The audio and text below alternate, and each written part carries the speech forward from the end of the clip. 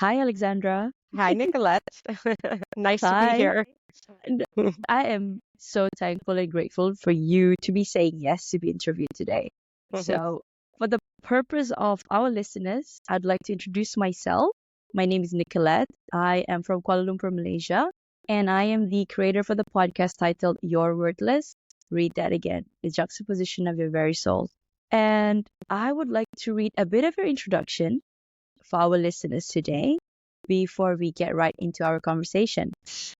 So, hello everyone. We have Alexandra Renders here with us. She's the founder, CEO of Willow Investments for Living Change in Berkshire County, Massachusetts, holding both a certified B-Corp and woman-based enterprise WBE designation, a rare combination in the USA. Alexandra is known for her keen intuitive calls around thematic trends and market cycles. Willow pioneers caring capitalism with her core values of honesty, love, and caring for all humanity. In addition to finance, Alexandra is an intuitive healer and guides all beings to their inner state of freedom, bringing abundance in all aspects of life. Wow, wow, wow, wow. Those are like music to my ears. And a different combination, I know. I Yeah. love it because it's like a juxtaposition. It's a paradox. Two Mm. ends of the of spectrums. Tell us, Alexandra. I cannot wait to get into the conversation. But before that, what was it like growing up as Alexandra Renders or Dest? Well, I was Dest. Yes.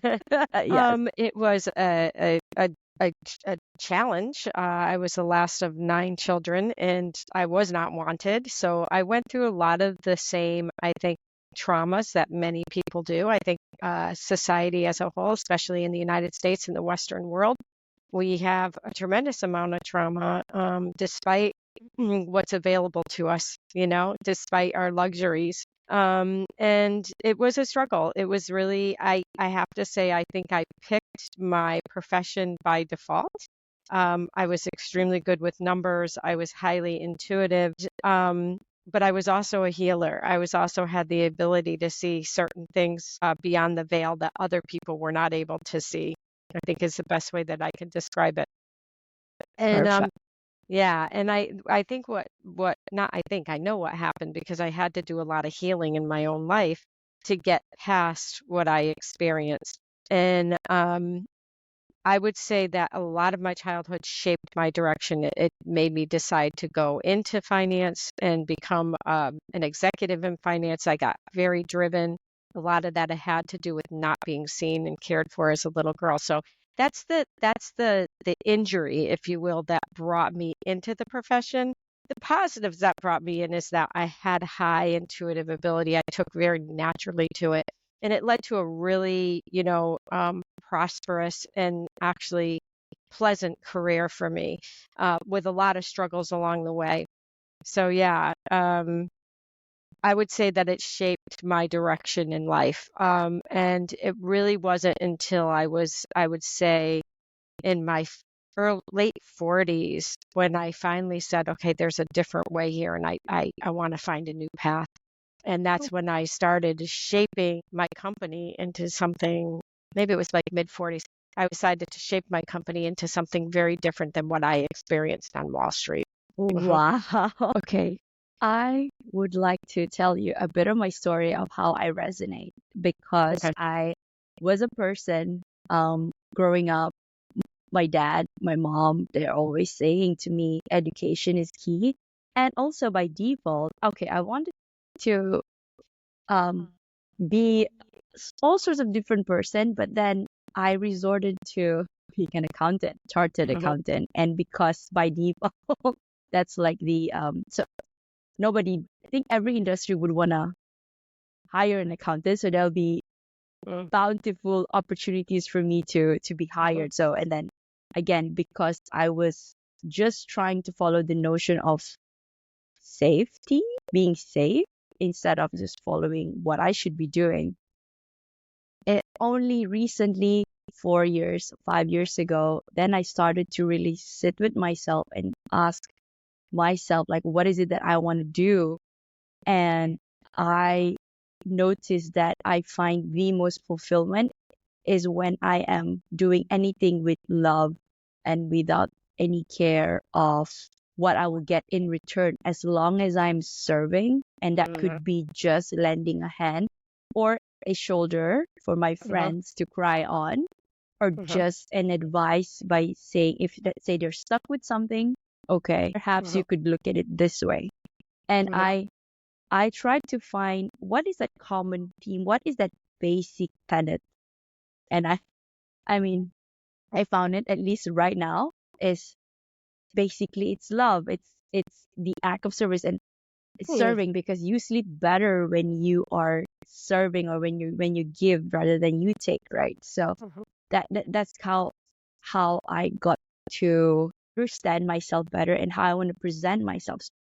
And from that, I started looking into what I can do besides my 9 to 5, and I found that I'm good in talking, and I like to connect with people, and therefore that's why I started my therapy course, and now I want to go into coaching.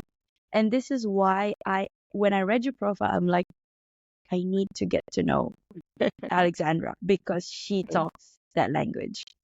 She knows what I'm talking about. She knows that when I never heard of B-Corp. I think I've seen that jargon somewhere, but then when I read into it today, B-Corp, it's exactly aligning to what I would want my future business to be. So, Alexandra, yes, thank you. So yeah, you're welcome. I want to speak to something you talked about. One of the things that for a long time I thought I was off my path, because I chose this line of working on a Wall Street firm, but starting my own company. But the truth is, I was on my path all along. And principles of love, I mean, it's not just the principles, the feeling of love and really serving from love can come from any profession. So if somebody really, their bells and whistles go off by being an accountant, you could serve that profession in total love. If that's true. Your highest calling. I think we have higher callings on a lot of levels that are beyond the mundane, if you will. But I've come to realize that, part of my life purpose literally is to bring loving principles to capitalism, is to open up that, because of the 38 years of experience I have working on Wall Street, owning my own firm, sitting in the executive suite, being in boardrooms, I see how many people operate from fear. And that fear is really what blocks the true essence of the person to come forward. Because I think at the core of our human nature is love. Truly, it's the center point. And who doesn't at their last breath want to know that they were loved and they gave love? I really believe, because I've been around a lot of death, that ultimately that's what we're all striving for, that joy, that bliss, and that love. So I just want to say to whoever's listening, just bring it into what you're doing in your everyday life. Because, when I rebranded my company, I don't know, 8 years ago, and said that I was going to be an institution that had a core value of love and safety and self-development, like that's a requirement. My employees are required to do self-development, not professional development, yes, but self-development. Okay. Do you have a vacancy? I'd like to apply. A lot of people say that to me. But see, that's the beautiful thing. Like when I first announced this, people said, that was bold, that took courage, blah, blah, blah, blah. And it's true. It did, because it took me a long time to get there. But at the same time, who doesn't want love? Like, why is speaking of love and bringing that into our essence through what we choose to do for a living, why isn't that just completely acceptable, And so here I am. I love that. I love that. It's like, why shouldn't love be the core pillar of everything that we do? Right? Yes, exactly. You could be a barista. And if you put your love, your customers will feel it. A janitor even, right? It's, so Alexandra, please tell us, what is caring capitalism? I know we did touch a bit, but what is that exactly? So I've explained that I've been in the executive suite. Was an executive at many companies, 3.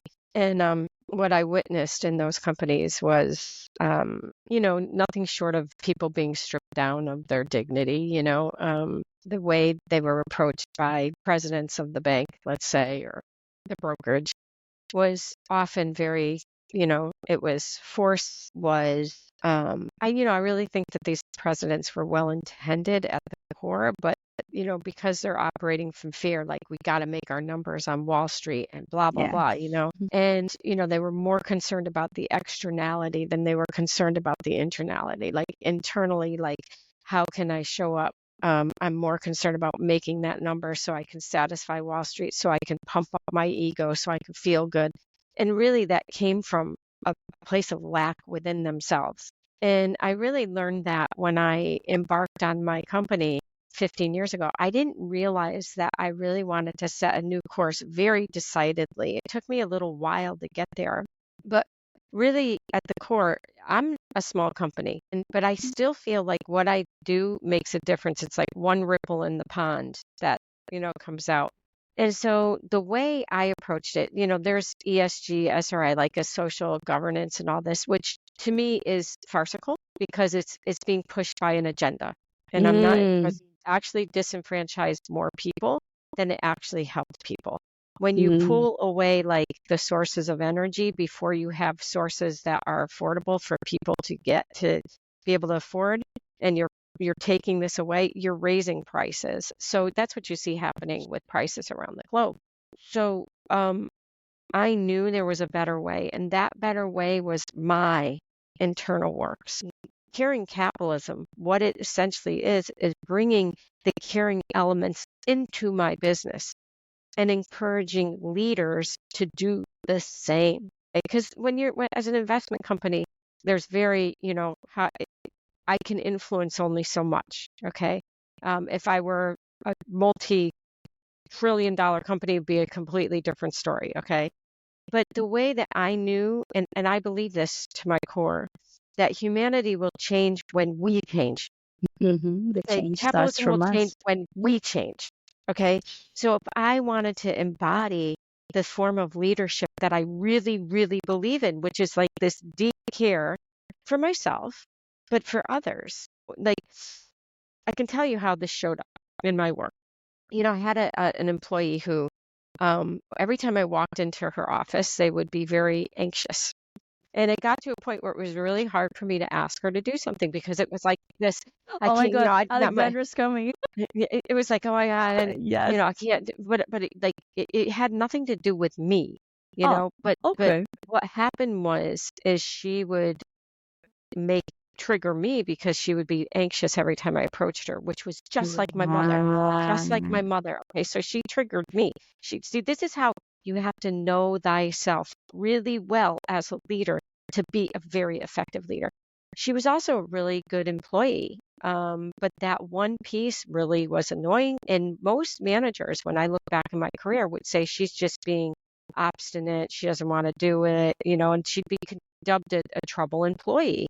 Well, I knew I was being triggered. I knew she was being triggered. So I said, come on, let's go to our coach. So immediately we went in, long discussion, not long. It didn't take long. I was bumping up against her trauma, some trauma she had. She did a trauma process with our coach, which literally took her, I don't know, an hour, hour and a half. This is trauma from childhood. Done, gone. And now I have this absolute, it's been over 3 years, star employee who is drop dead dependable. She always was drop dead dependable, but who's like so on target, never anxious, carrying a load, quadruple the size she was carrying before. And she's a star employee. Okay. Now, other employers would have a hard time, but that's what love brings to the surface. We all want that. Yes. But it can only come from with the leaders doing their own work. That's And true. that's what I want to see. That's caring capitalism. I want to affect leaders to bring their true essence into their companies because that's going to save us. Only that. Only that.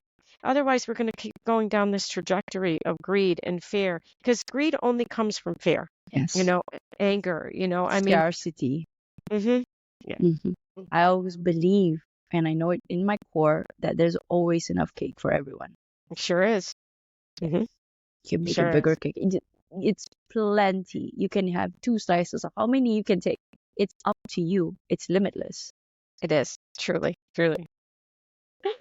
Alexandra, how do you bring spiritual principles to business? Okay. Well, that's pretty easy. So, for me, the biggest spiritual principle is, I ascribe to some of the Buddhist principles in that right thought, right action, right thought. A lot of things start with thought, right? So, Mm-hmm. I'm a highly conscious person.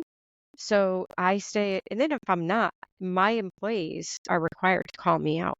If I'm doing something that's opposite of our value system, which is love and openness and some other things, then I need to be called out on it. And I'm perfectly fine with that. Like that's part of it, But Mm-hmm. bringing spiritual principles for me is simply by me being that loving being and operating with all of my clients from that perspective, operating with all of my vendors from that perspective, my team. And we put a lot of emphasis on right action, right thought for our clients and in our business. We want to we're at the high level of integrity because that's, to me, your word is your word, and your Mm-hmm. word is your bond. And Yeah. so if we say this is what we're doing, it's not full of fluff. It's for real. So, Mm-hmm. you hear all these. A company that I worked for at one point had, you know, we are family. Okay. Well, let me tell you, that's the most dysfunctional family I have ever seen in my life. Mm-hmm. And if that's what you're going to say, then okay, just admit you're a dysfunctional family. Or, if you're implying we are family means that we have deep love, then you better have deep love. So the first place is your word is your word. Your word is your bond. If that's what you say you are, that's how you're going to be in the world. And it's not going to be a lie. It's going to be the truth. It's Mm-hmm. going to be under, honesty. And that's one place. And then, in my company itself, we do a lot of personal development work, and we have team days on 1 day a month. It is required. And oftentimes there we are stretched to our limit from a spiritual, emotional, personal, mental perspective, like literally. Wow. Yeah, we have all kinds of exercises. We have constellation days, family constellation days. Oh, Yeah. Yeah, most of the work that we do is really based on self-development. We're not going to tap into people's belief systems, like, because that's on them, but mm-hmm. we are going to exercise the muscle to actually help people open up to their love selves, Yeah. build and grow their love muscle, if you will, Mm-hmm. for themselves, For for themselves. themselves. Yeah. Yeah. Because Mhm. only then you can attract love because you attract what you are, not what you want. Yeah, and I mean, we are so brutal on ourselves. I mean, Oh, it's really horrible, but true, right? I mean, we're just really hard on ourselves as a race, I think, generally. because we expect a lot from ourselves. And then Mm-hmm. had we been saying all those things that we have said to ourselves for all those years to our best friend, that would we would be left alone. Nobody would be friends with us. So why are we subjecting ourselves to those negative connotations, beating Because we ourselves forgot, up? yeah, Yes, we forgot who we are. because we forgot. Yes. And that's what it means to be remembering. You're here Mm-hmm. to experience the human experience. I Indeed. love it. Alexandra, can Yes. idealistic values become realistic in capitalism? Absolutely. I mean, absolutely. That was one thing that like I said, I was criticized for, like, you want to bring love into, well, yeah, because I believe in love, I mean, it was always like, absolutely it can be done, but it can only be done if you have a leader who is like fearless about it, who has the courage to say, this is what I'm doing, and that's it. And they're Mm-hmm. embodying it. So absolutely it can be done. And it happens one at a time. It happens one at a time. It can't be forced. But absolutely. I mean, people think capitalism is the problem. No, it's the people who sit inside the capitalist structure. Let's face it, if we go to a socialist, that's not a good, that's not, that doesn't afford opportunity to people. That doesn't give, it's not about the structure itself, capitalism. It's about the people inside the structure who've created problems like the greed, because it comes from fear. So yes, I have hope for it. It has to happen, in my opinion. Yeah. I think it's the only thing that really is real, if you ask me. Yes, that's the I only thing think that everything matters, else to be is honest. I think everything Exactly. else It's is a a lie. facade. Yes, I totally agree. What do you think? What is your projection? Where do you see us going? That is, so you also know the other aspect of me is I'm a channel, and maybe you do know that or don't know that, but I'm actually a Yes, live, yes, intuitive. Yes, yes, yes. I'm a trance channel and a conscious channel. So I'm both. So Well, how does that? What does that mean? I'm a psychic. yeah, I'm a psychic too. Right. I'm intuitive too. So a trance channel, I literally go into a deep meditative state. Like I essentially, my ego self leaves. It's not here. It can hear what's going on, but it's not part of the experience, so to speak. I literally call in light beings. We call them the willow beings. That's how they name themselves. They come in through me and they deliver a message. And they deliver a message for the whole. So whoever's in the room, it's for everyone. And then people can ask individual questions.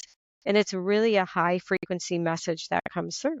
And so that's the trance. So I'm literally, I hear many voices. It comes through in a singular voice.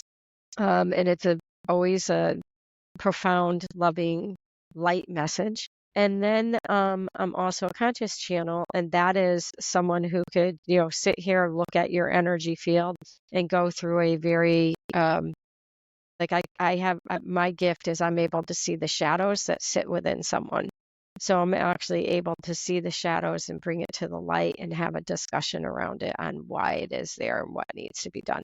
Now the beings that channel through me will touch on it, but then I can go in and they can go deeper, but that's not their purpose. Their purpose is to deliver a message. Your purpose as a human who is receiving it is to have the curiosity and the The desire to have acknowledgement. deeper, and then acknowledgement, a deeper like in the curiosity, like, okay, that is true. Like, where's that coming from? I want to have an understanding of this. And that's where I can go into a conscious channel. And it's much like an intuitive and a clairvoyant. It's very similar to that, but it's definitely, I think, a little bit higher level because it really gets into some nitty gritties for people. So there's that. And then I'm also an economic intuitive. Yeah. So I love that. I called both the tech bubble and the financial crisis. Like I made money in the tech bubble, was when the market was down 60%, and the financial crisis, I was up 1%. So, and then, of course, I apply that to what's going on in the world today. I have a very strong understanding. I wrote about it in 2012 about exactly what's happening today, not only in the economy, but geopolitically and everything else. I wrote about that in 2012. What can I say? It was very disturbing. I need to do a Google search on you after our interview. Alexandra, I am so compelled to ask. So what do you read from you? What do I read from you? Yeah. Are you sure you want me to do this? I mean, I can always cut this out. Okay. All right. Permission. Okay. So, I see an absolute deep desire to serve. And I see a little bit of confusion on how that's actually going to play out. Like a little bit of let's call it a little bit of confidence. I think that's like, I want to show up in a way that's powerful. This is me sitting inside of you, but I'm not really sure how to fully sit into my power. And that's really at the core for you right now. And it's like when we were talking about the battle, that you have that battle going on. It's like, oh, let me be small. Let me be. So there's a part of you that really wants to assert and have your energy more assertive in the world, but then there's a part of you that's protecting yourself. So that's what I definitely say. Does that ring to you? Mm-hmm. Yeah. Mm-hmm. Yeah, Mm-hmm. it's that voice of how do I put it? It's that parental thing of wanting to put you in that box. And you know what? You haven't really broken out of the box yet. You think you have, but you haven't. And you know it because you know there's so much more inside of you than what you're actually allowing to be out in the world. And so there's a certain, now, okay, your parents created the box for you, but now it's time for you to find your way fully out of that box. And that's what I see coming for you now. That's the direction that's that battle right now within yourself. Like, how far do I actually take this? And you want to go much farther than you are. I mean, the truth is you see yourself there, you're here, and you want to get there, but you're not sure exactly how. That's what I see happening. And I would say, like, the biggest injury there is I feel like you've done a lot of work on your fear of rejection. I think but I do think that's still sitting there.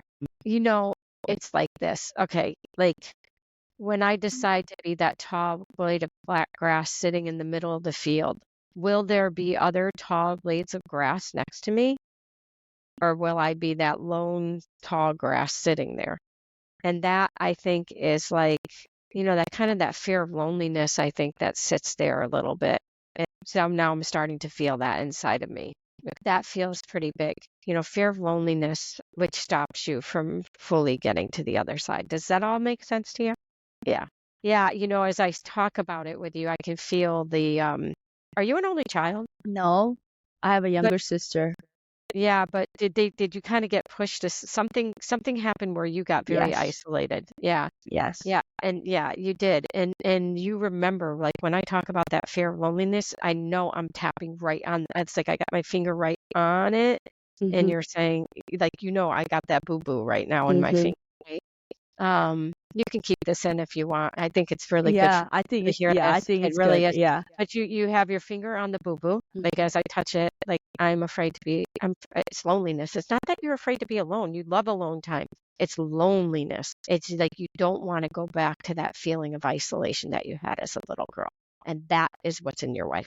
If you can do that, you can do a lot. How do I get past that, Alexandra? Okay, well, it's I have to say, I'm married to my twin flame, my soulmate, my love of my life, and I really think, besides all the love that he and I share, we came together because of the power of our work together. Our work is kick butt, okay, kick butt. He has methods. Now, there's other people who have methods. There's like rapid response therapy, NLP. He has RRT, RTT. NLP. He has a lot. He's also a transpersonal psychotherapist. I am practicing for RTT right now. Wow. So, yeah, he's a What a transpersonal. peril. Yeah, he's a transpersonal psychotherapist, but he gave up his license because he could get to those little places very quickly. So the way we work together is I poke my finger in to the injury, and then What's the salt? he fixes it. He bandages. And bandages it.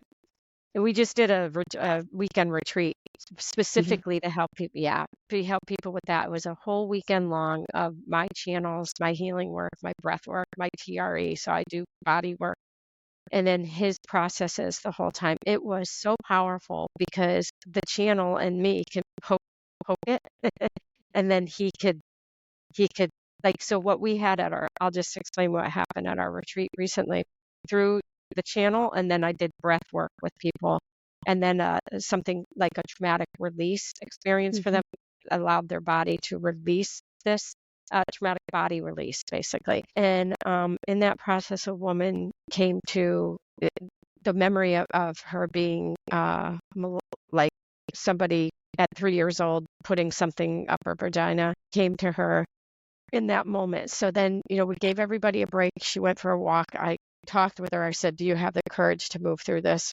And she said, absolutely. She sat on what we call the hot seat next to Pascal. She not only healed that trauma, 25 minutes, listen to this, that trauma, a date rape, and a gynecologist who traumatized her after she had her babies by pulling the placenta out of her body. 3 traumas in 25 minutes were healed. 3. She was ready.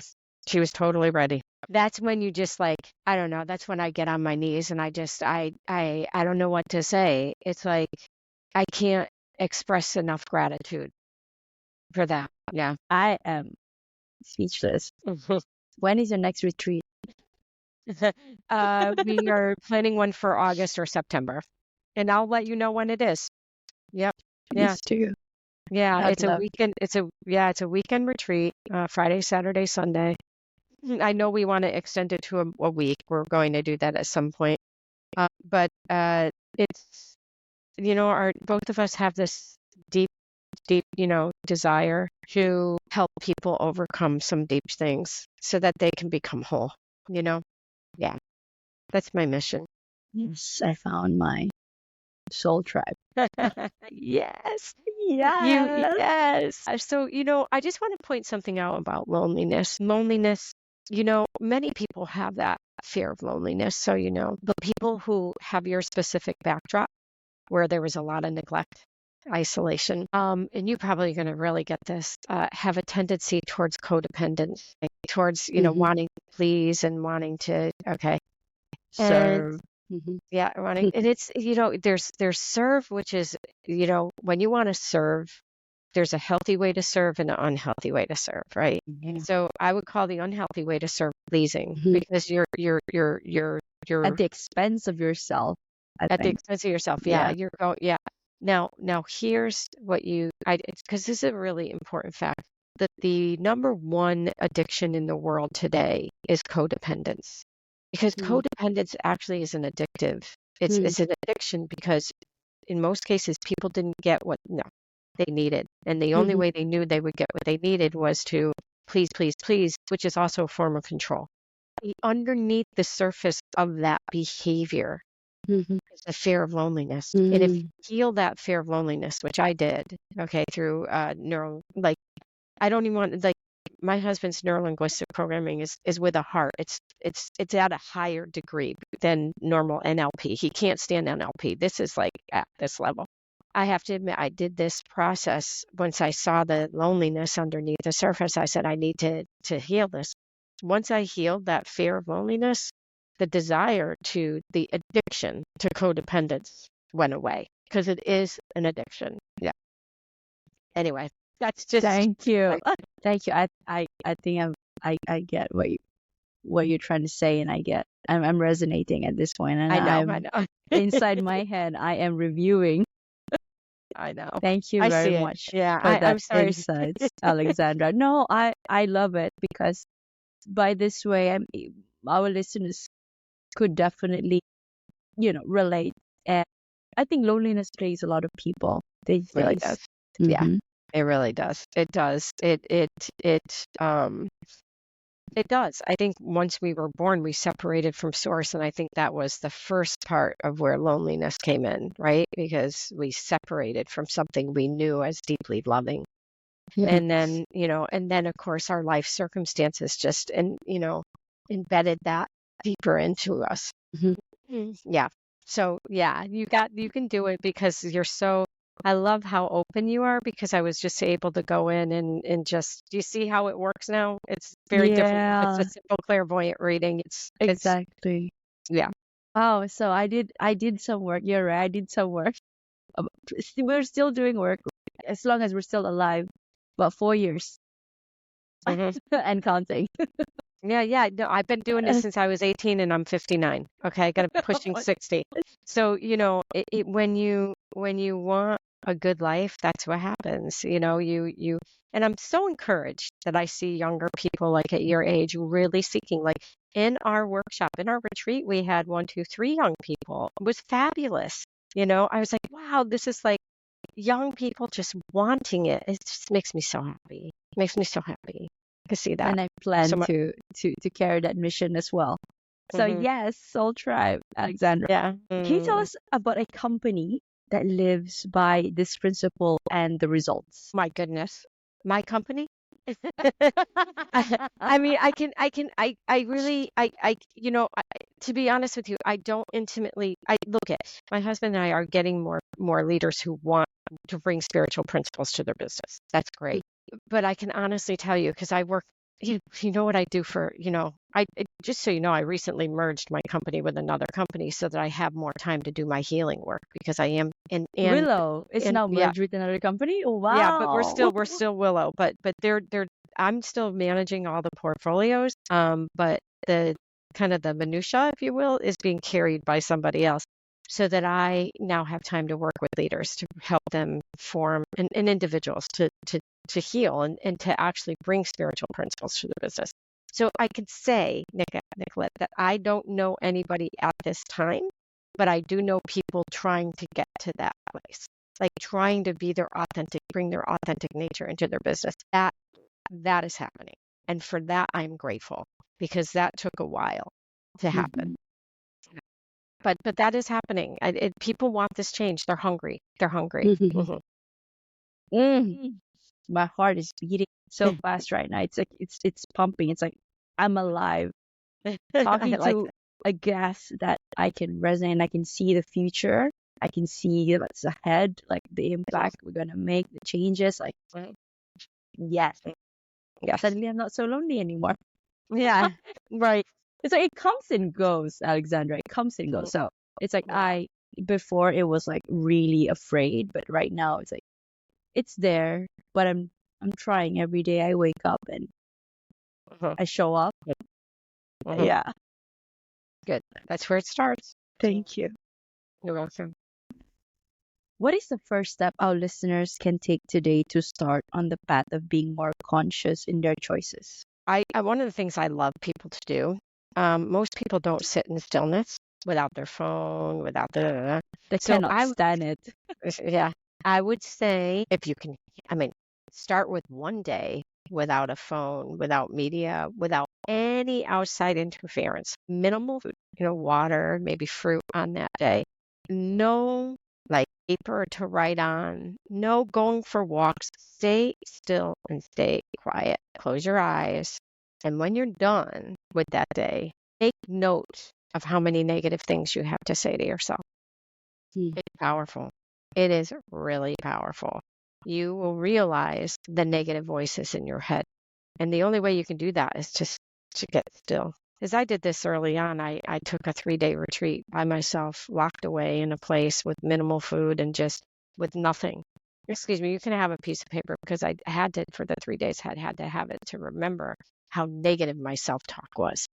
I sat and you still had negative self-talk after healing for so many decades. No, that was, I have no more negative self-talk. I'm done with that. But it went away about 15, 20 years ago when I went away. I think I was like 42. Okay. I did this 3-day silent retreat and I realized, and I was like, I got to get rid of this. I'll tell you a story. I was beating myself up at that time. It's like a good 18 years ago. I was beating myself up because when I was in college, okay, now we're talking 18, I was in a family of 9 children, very deprived. If I needed a shirt, I just went into my sister's drawer and I grabbed it and she grabbed mine. Like there was no grabbed underwear. We didn't care. We were grabbing it, right? So I get into college, I get into a dorm and I didn't have something to wear. So I went into, nothing was clean. So I went into my roommate's closet and I took one of her shirts. What the frick? She was so mad. She was beside herself. And okay, so later on, I want to say like in 42 years old in this retreat, I'm beating myself up over what I did at 18 years old. I mean, literally, like, so I got over it. Okay, I realized like I'm beating myself up. So I want to say it was like probably about 3 years ago. I was standing where I used to live, where I grew up, with my father, I think my mother's graveside. And all of a sudden a car stops and the person walks over. It's my college roommate from 18 when I was 18 years. Yeah. And we just started to chat and I said, oh my God, Mary Rose, I was like, I can't believe I did that. I used to beat myself up. She goes, you did what? I don't remember that. Okay. You see? Yeah. Okay. So you have to remember, like when we were talking about your mind, like right thought starts with how you perceive yourself. Because when I went on that 3-day retreat 18 years ago, it didn't stop. And you have to remember your body is 80% water, right? You know about the studies out of Japan. Okay. I remember. Dr. Emoto. Okay. Yes. You're 80% water. And if you're intoning to yourself all these negative things, what's happening to the water of your body, the structure, it's not looking so good. And if you're that's why you age. If you're not looking at yourself, yeah. So anyway, that's the number one thing. Start with the 1 day of silence. If you could go for 3, do it, but at least do 1. At least do one and really stick to it. And you're going to see how much negative talk you have. And you're not alone. Everybody does it. Alexandra, thank you. You're Thank welcome. you. You're so Thank welcome. you. My pleasure. You're a sweetie. Nicolette, you're a sweetie. I am grateful. My heart is just full of gratitude right now. Nice. What is next for you, Alexandra? Well, we're doing it. We started running our retreats now, and we are working on a leadership program for leaders, as well as so we have retreats for people who just want to heal these inner wounds, and just go to another level. We really like people to work with people who are really serious about going for it, because I know the power of our work is we just it's so beautiful, yin and yang, so great. So, continuing to do, to really bring our retreats out, separate of that, our leadership training. And, I do offer free channels to groups of people. So, your listeners can get on my list for that. And, but for me as a human personally, where I'm going, because that's what I'm doing in my life, right? That's my career. But then there's this aspect. Now that I'm past the part of my career where I'm building and so on, the investment side, and I'm really in my true power of my healer self. I'm working on really bringing me home to my feminine nature, to my divine feminine power there, and that's part of what I am teaching other women, especially women leaders who decide to hold executive positions. There's a piece of us, and especially in the Western world, there's a piece of us that has really left that feminine aspect behind. And even though I feel like I was a manager who very much embodied my feminine aspect, and I was and am, it didn't come until a very late 40s. And I feel like women younger than me, we're missing out. Women are missing out on our true nature, and our true nature is powerful, very, very powerful. And if women just embrace that and see the nature of our power from the feminine, divine feminine aspect, a lot of things will change in our world. Can you break it down for us? Just tip of the iceberg. Certainly will. I have a drive nature. I can be very driven, very focused. I love that. That's a very masculine trait that allowed me to create my company. But there was a part of me when I was in business, especially when I worked for other people, who felt like I had to stay in that aspect to survive that environment. That is wrong. That's very wrong. When I embraced my feminine, when I started to really walk into that, I realized that I had the ability to create boundaries. Boundaries. And what's a boundary for me? Well, a boundary for me is, there's so many that I put in place, but I'm trying to put it in perspective of when I worked for a company. Let's skip the way certain people talk, okay, sexual talk and all that. Let's just put that out. When I was working with clients, I would be in that driver mode. Okay, I got to get this. My company wants me to bring in more clients. Okay, so I'm like driver. And it was exhausting at the end of the day. When I had this epiphany that I'm a female and I do things differently, and I am this love person, I decided I was going to slow down, because the feminine does go slower. We are more intuitive. And I'm going to use my intuitive nature with my clients instead of driving. Use my more intuitive, loving nature with my clients to really understand them at a level that I don't understand them in that driver mode. Okay. And so that's what I started to do. When I slowed myself down and took more time, my business, the company didn't even know what I was doing. I was bringing in clients left and right. I could not stop bringing clients in.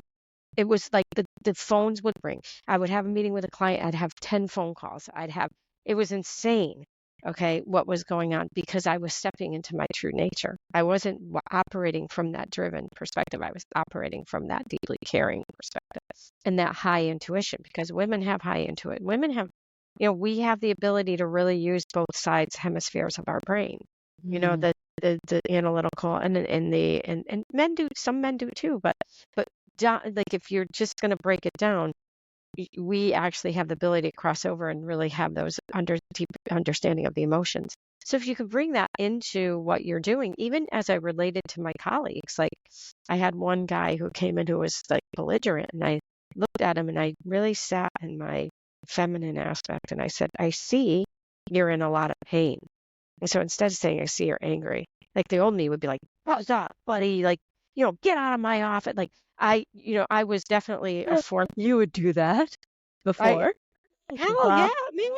No Are you wonder kidding people me? fear you.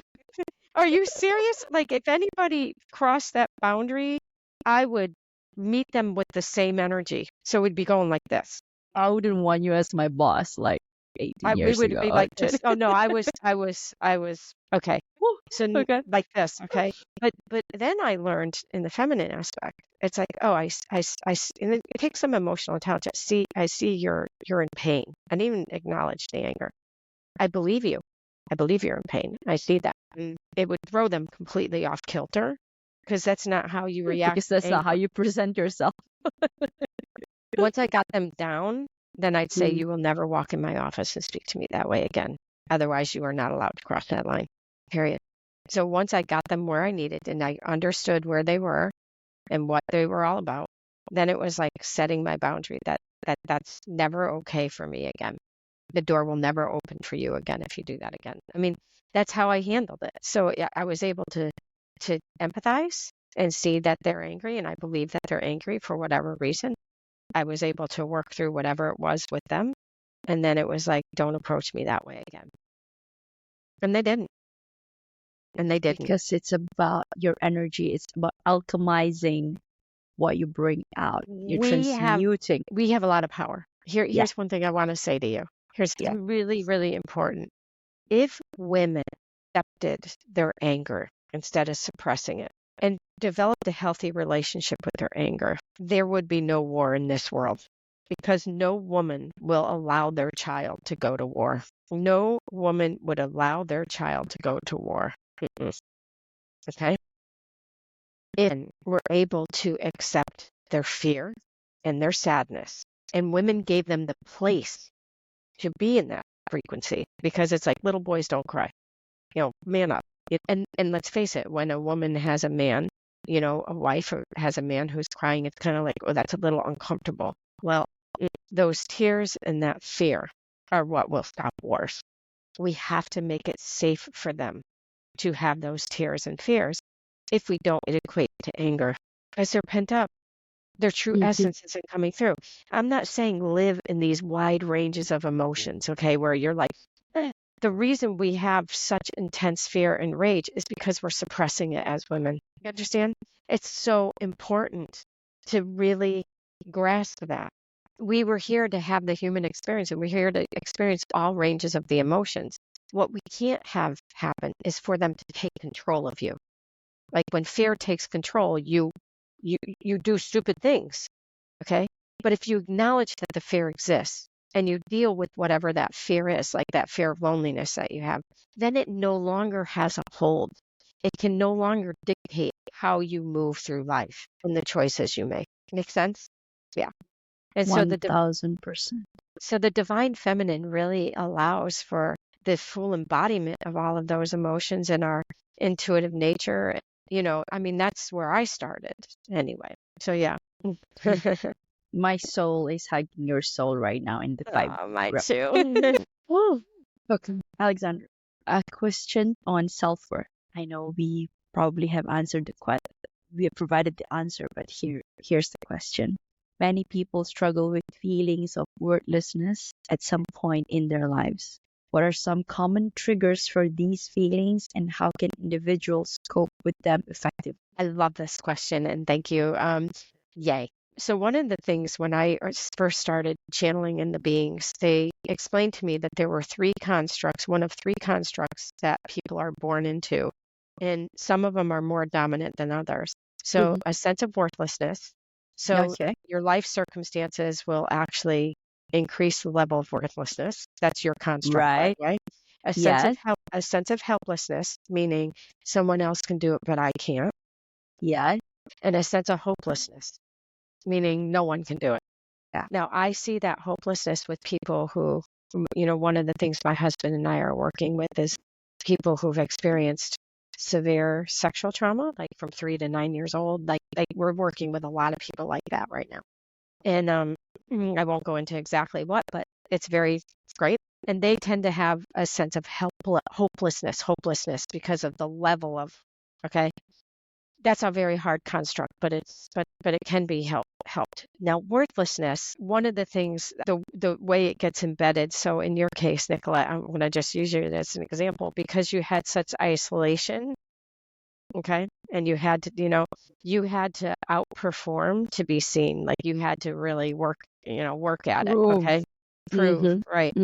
Yep. And so it's first recognizing like that you have that outward trait. Because, if you go to somebody and say you feel worthless, a lot of them aren't really going to understand what that means. You have to point to the traits, the behaviors that explain okay. So like your behavior, for example, of like trying to please everyone and no. Okay. So that point, right. Wow, it's a sin. Yes, now I see now. Yeah. Okay. Do you see what I mean? So it Yeah. points to that. Okay. So the best way to do this isn't like, oh, I'm suddenly worthy. And I do believe in a lot of like the mind therapy that could really help.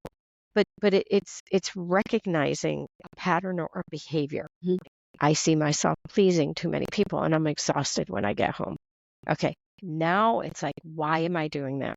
Where does that come from? Because if you just say to somebody, you can deal with that.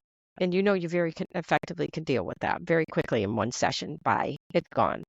You're peeling back the layers that get to that level of worthiness. It's not like it's not a straight line. I hate to tell you, there is a zigzag to it because there's so many behaviors that come around that theme.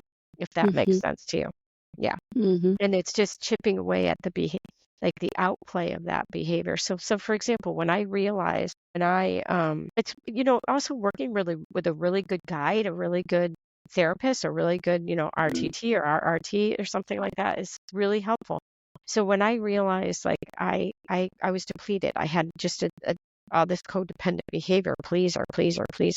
I worked with our teacher, well, retired now, who did a session with me, an NLP session, and what we got down to the core reason for my pleasing had to do with my fear of loneliness. So we went in and we healed that.